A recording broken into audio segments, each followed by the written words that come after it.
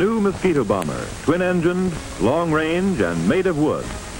Officials of the de Havilland plant in Ottawa display the revolutionary construction and material of the new plane. The fuselage is made of two skins of plywood with an insulation of softer wood between. Answering the controversy of wood versus aluminum, in some cases the Mosquito has proved less vulnerable to gunfire than metal machines. The wings are formed of large sheets of supple wood, light, strong, and easily molded. The result is a high-speed reconnaissance bomber. Pictured for the first time, the Mosquito is wheeled from the hangar for a trial run. This new weapon is being built by the de Havilland Company as a result of a bottleneck in light metal material. Its engines are being made in American factories from English designs. Unique in construction as well as material, the Mosquito is assembled in two pieces. The halves are then joined to make the body complete. This plane requires half the man-hours needed for a similar plane of metal. It mounts 4 cannon and 4 machine guns. Test pilot de Havilland sets his controls ready for the takeoff. The Mosquito taxis down the field, picks up speed, and lifts from the ground like a chip in the wind. Viewed from the nose of the plane, the airport beneath is a fast disappearing streak. Its speed and climbing power are military secrets, but has been known to outdistance the Focke-Wulf 190, indicating a maximum speed of 430 miles per hour. Slicing vapor trails with its wooden wingtips, the bomber does a slow loop.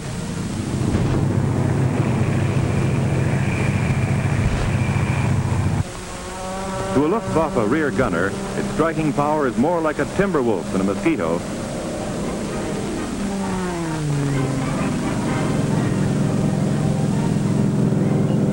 With one motor cut, it can stunt like a fighter, maintaining perfect balance and efficiency of speed.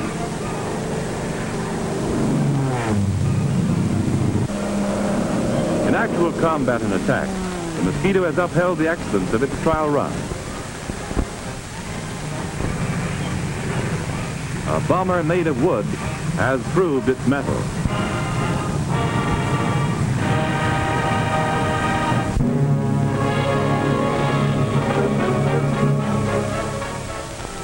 Milne Bay, on the tip of New Guinea Island, is an important harbor for the United Nations.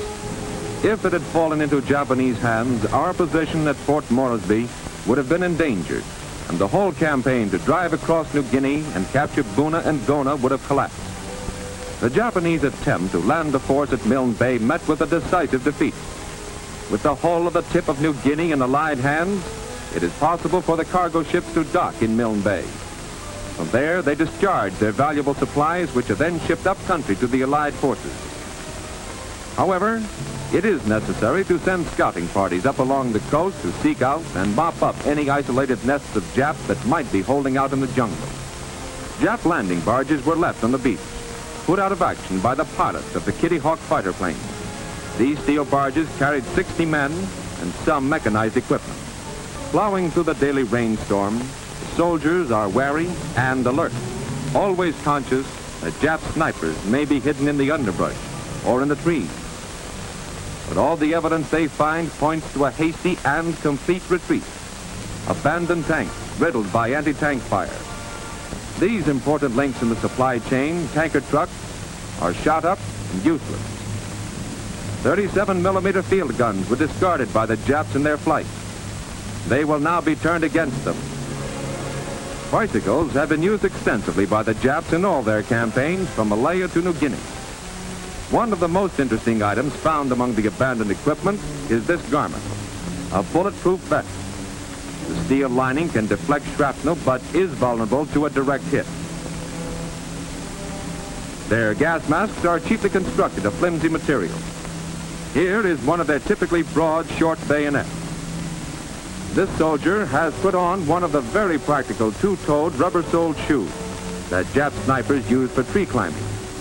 According to the men who fought at Milne Bay, no praise is too high for the magnificent work of the Royal Australian Air Force Kitty Hawk Fighter Squadron.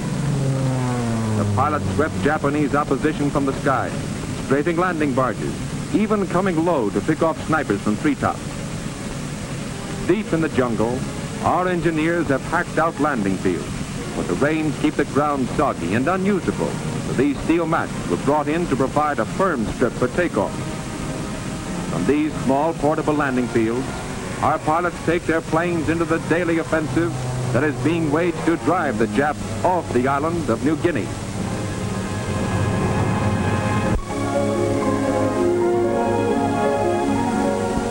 Many household appliances can no longer be purchased. Stores that once had well-stocked shelves are now empty, and some are forced to close. Kitchen utensils are now going into war production. Those that the housewife now has will have to last until the war is won. Some new parts, easy to install, are still available for home repair. And stockings, too, can now be mended at home with a simple device and a little patience. Cotton and wool also are vital war products. Instead of throwing these trousers away, expert workers take threads from the hem or seams and reweave the torn parts. Small fixer shops are opening in many communities. Here, anything from a radio to a baby's rattle is accepted for repair. This vacuum cleaner will soon be overhauled and back in service again. Fashionable department stores also are opening Save It service divisions. This electrical plant used to manufacture new goods. Unable to get many materials, it now turns to the repair of household equipment. Older, experienced workers mend all makes and all kinds of home appliances. Many schools have swung to teaching children household repairs in manual training classes. Students bring their own appliances from home. A vacuum cleaner that doesn't work. A toaster that blows fuses. But under competent guidance, these children are helping the war effort by learning to repair the household time saver. And in other schools, mothers and fathers are going back to the classroom once more, learning from competent teachers how to patch and mend. This teacher is explaining how to mend a screen with a simple patch purchased at any drugstore. Some people create a dangerous condition in their homes when they put a penny behind a blown-out fuse.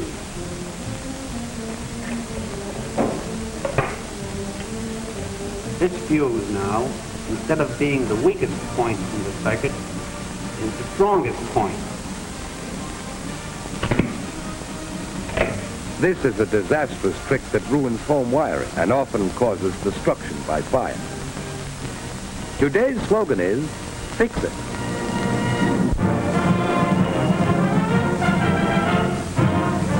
Here is a record of the first American attack ever made on Italian soil in the long history of wars. The date, December 4th, 1942. The target, Naples. The crew of the Daisy May goes aboard, fully prepared with maps, weather reports, and knowledge of danger spots to be encountered. More than a score of United States liberators warm up for the takeoff from a field somewhere in North Africa.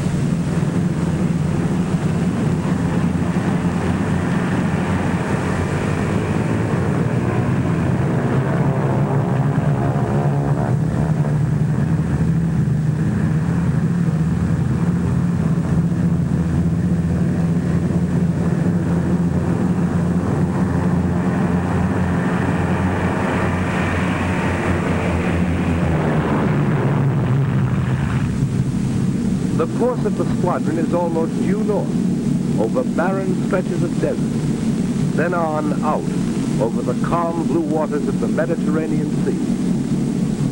The mission has great importance in the strategy of European warfare.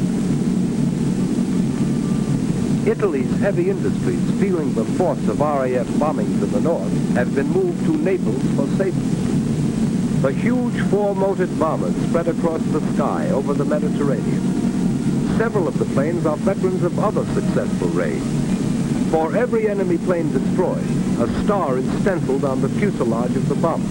A ship is painted on for every enemy boat sunk. As dusk comes, the squadron approaches Naples. Pilots climb up to high altitude, beyond the reach of anti-aircraft guns. Gunners are on the alert at all times.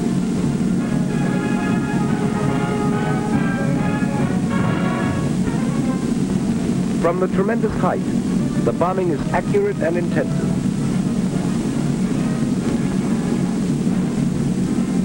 Oil refineries are smashed, sending up clouds of black and gray smoke. 100,000 pounds of explosives were dropped, sinking one cruiser, badly crippling one warship and another cruiser. The waterfront, harbor railway installations, and munitions dumps were left shrouded in smoke and flames. The raid on Naples, from which all American bombers returned, was brief, violent, and effective.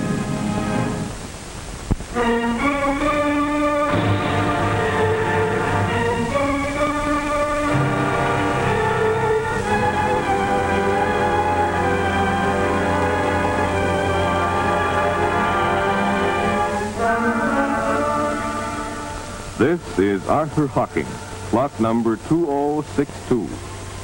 An American, a machinist for many years.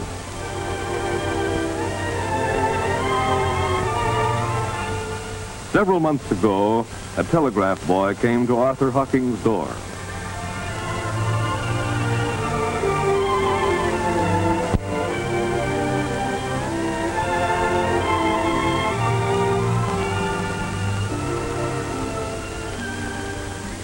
And Arthur Hocking learned that his son was dead, killed in action.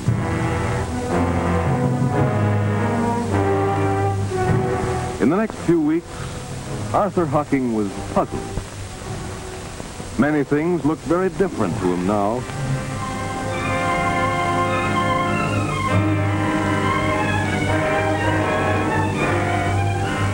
He thought about his sons and the sons of his friends.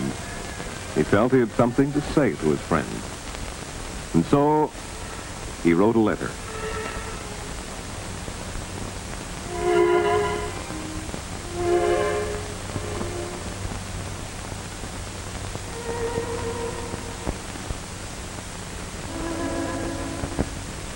"7 weeks ago, my only son was killed in the war. Most of you know this, but you can't possibly know how hard his mother and I feel. That is, none of you except Walt Gardner, who just lost his boy, too. Since Hardy's death, I've been doing a lot of thinking. What I'm trying to figure out is why so many of us are taking things for granted and not doing all we can to help win the war. Maybe it's because we keep hearing and talking about the war lasting for years. That sort of thinking might keep anyone from hurrying. It could be that this long full stuff was why we lost almost 500,000 minutes of production time last month through absences and tardiness. Anyway, I'm fed up with all this talk about a 5 or 10 year war. There's no sense to it. We can win this war quick. We've got to. If we don't, your boys will be killed like mine was. So put those 5 and 10 year thoughts out of your head. Finish our refrigeration machines for the synthetic rubber program this month. Not next. Keep our portable cold storage line going 24 hours a day, not 16 or 20. Sure, this means sacrifices. It's no fun to work the night shifts. It's not easy to put 10% of your pay into war bonds. None of us go for gas and food rationing. These are nothing compared to losing someone you love. I know. Please, please don't wait for the casualty list to come rolling in. Throw yourselves into high, now. Get going as though both the Hun and the Jap had to be licked in 1943. I suggest a new slogan. Here it is. Let's get it over quick. I hope you won't think I'm preaching. I'm not. I'm praying. Yours truly, Arthur Hocking, plot number 2062.